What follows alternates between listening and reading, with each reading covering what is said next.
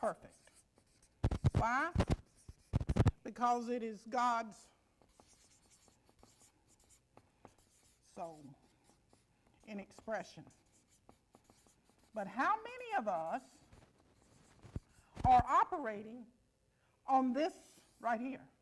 We are operating on this personality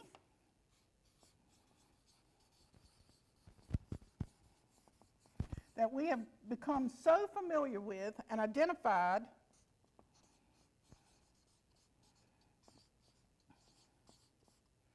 we believe it's who we are. And this personality is so far removed from this inner self. Now let's read some. Okay, which one do I want to do? Well, I haven't done this one. I don't ever think I've ever done this one on the show, so I'll just see how this one falls up. Oh, I haven't done the paper either, have I? All right, let's go. Boom. Woo. Sounds great. All right. This one says, where are we at? Rose petals scattered on a path. Rose petals. Rose petals.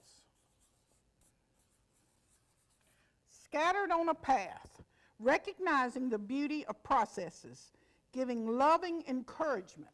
Ooh, process. We want to talk about process? Well, let's do it. Let's talk about process. Let's talk about process. See where we're going to go from a process. Life is a process. Birth is a process. Death is a process. Health is a process. Romance is a process. Religion is a process. Eating is a process. Eliminating is a process. What else? Of course, career is a process. Going from child to adult is a process. Criminal intent is a process. Ritual is a process. I mean, there's a lot of things that are a process. Accumulation is a process. Yeah, that's a lot of processes. So let's see what process is. Process 7, 9, 6, 3, 5, 1, 1. 9, 7, 9, 3, 1, 1, 6, and 5. So we got 11. In that process, the heart of process, but let me make sure before I do all that talking, let me make sure that's what it is. In that process,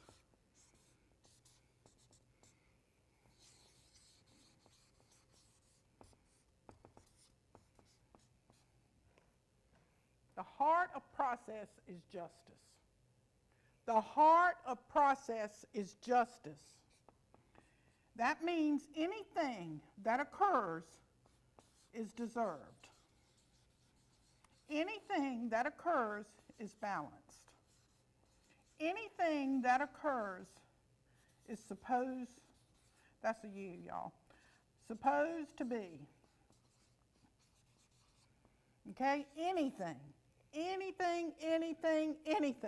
If you get locked up in jail, deserved, balanced, supposed to be. If you win $1 million in the lottery, deserved, balanced, supposed to be. Your husband or wife leaves you, deserved, balanced, supposed to be. Someone dies, Deserved, balanced, supposed to be. No questions about it. It is justice. You just can't see it from your level. You are judging it, engaging it from your colored, distorted, selfish, vainglorious, wanting self. Okay, so the heart of process is justice. What's the other part? What have we got? 7, 9, 3, and 1, 1. 16, 19, 20, 21. We're going to talk about 21. We're going to talk about 21 too, along with justice. How are we going to do that, Paula? 21 is the dance. 21 is freedom. 21 is unity of the cosmic level. Okay? 21, free, liberty, the soul vibrating in unison. Okay, that's that. That's what that 21 is. And it is talent, to be sure, talent expressed. Now that talent might be robbing a bank, but it's still a talent. But your mind has got all these ideas about what's good and what's wrong, what's right, what's indifferent, what's all these things. But I'm telling you, justice comes from a higher level. And it is not you that determines it and disperses it. So what do we have? We got a 21 and an 11. So that makes, oh, of course what it makes. What else is it going to make?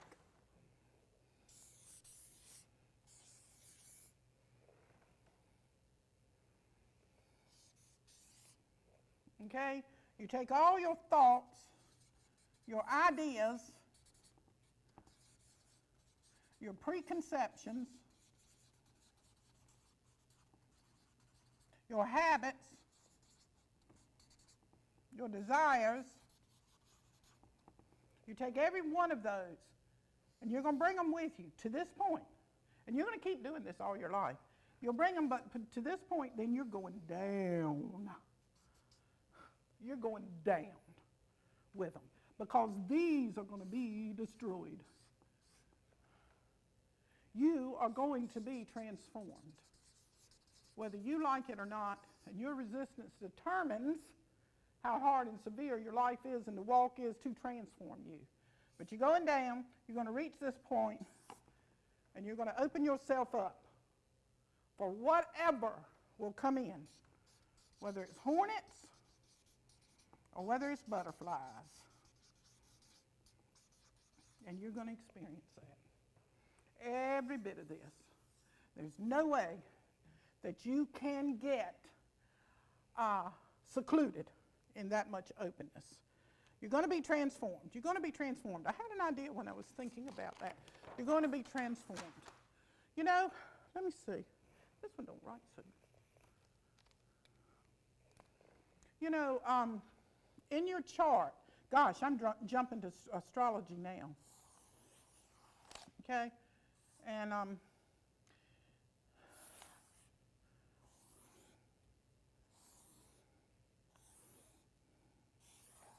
let's see if I got it. 1, 2, 3, 4, 5. And then I got to do another one. Where is it going to be? Well, this is all right. I'll just get it somehow. Okay, 1, 2, 3, 4, 5, 6. 1, 2, 3, 4, 5, 6. Okay. On a chart, on an astrological chart, it's a birth chart.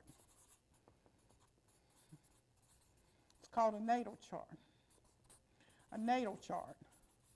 You can have any astrologer do it, or you can do it yourself if you get on the internet and investigate. But you start right here. You know, whatever planet was in the sky, the eastern sky, well, from this point of view, rules you, rules your personality.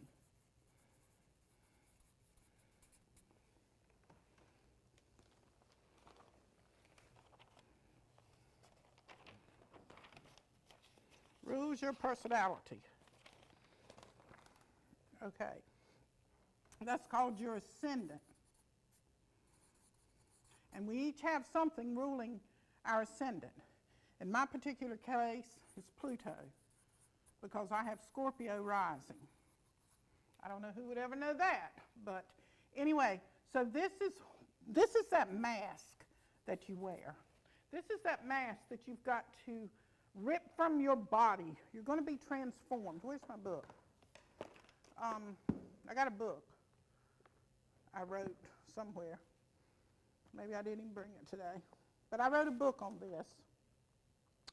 And you can find it either at my website or on the internet.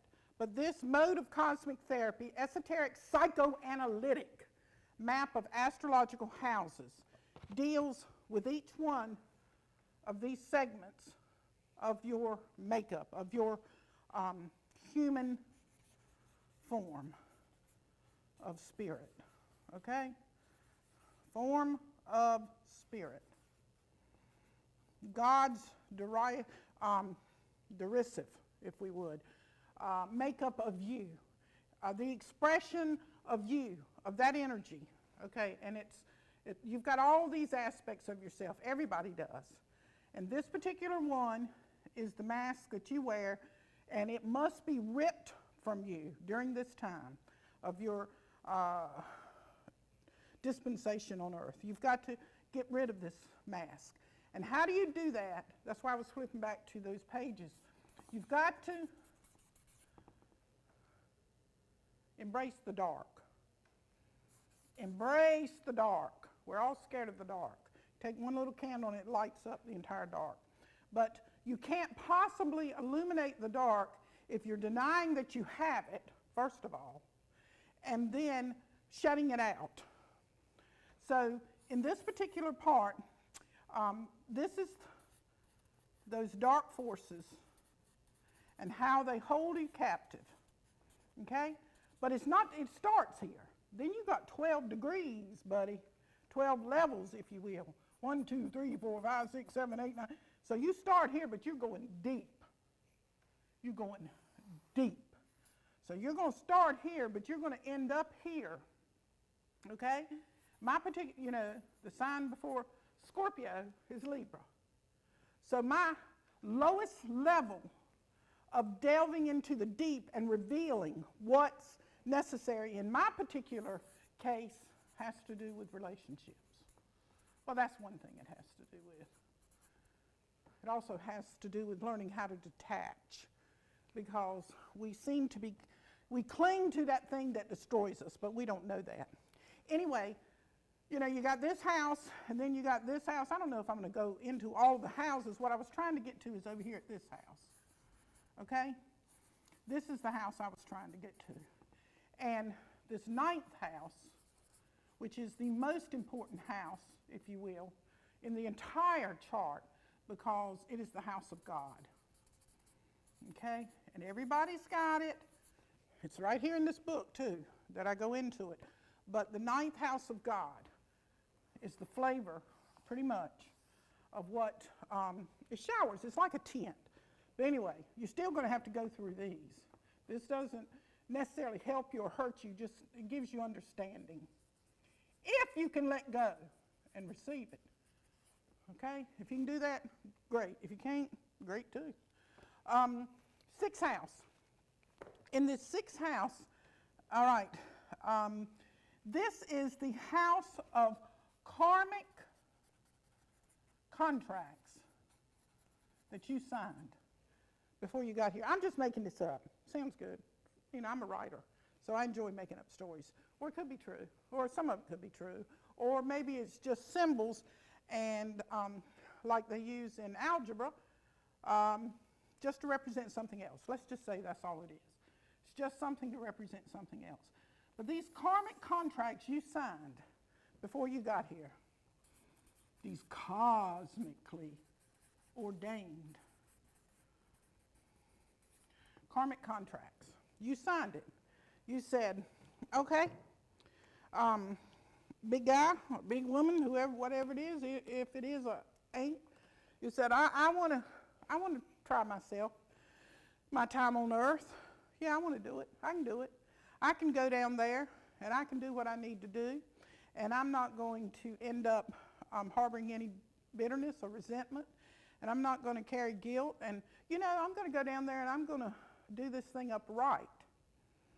And so we talked about it, and then there was this great big long sheet of paper, about as long as your life, and you had to sign it, and it said you would get involved with these people, and you would do these things while you were here, and you would grow, and you would evolve, and you would accumulate wisdom and hopefully eliminate folly, and you would become transformed by the situations and circumstances and happenstances in your life. And no matter how bad or good it got, you said that you could do it, and you would do it, and you would not renege on the agreement, because they are agreements that you make. It's a covenant. It's like the rainbow in the sky. It's a covenant that you made with God, that you will do this, and you will not cheat. What does that mean? I'm not talking about whether you cheat on your husband or your wife. I'm not talking about that. I'm talking about you are not going to try to make the situation easier. You're not going to work to make it worse. Of course you wouldn't. But you're going to enter all and every circumstance that you need to be in, like Daniel was in the lion's den, for whatever reasons that are beyond your comprehension.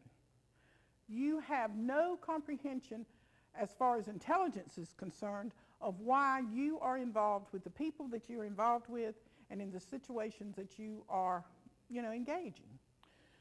But I brought that up to say that our health is also determined from that particular house, the way that our health is going. And again, don't take this serious. Don't take anything I say serious. Remember at the beginning of the show, I'm just entertaining because and I'm experiencing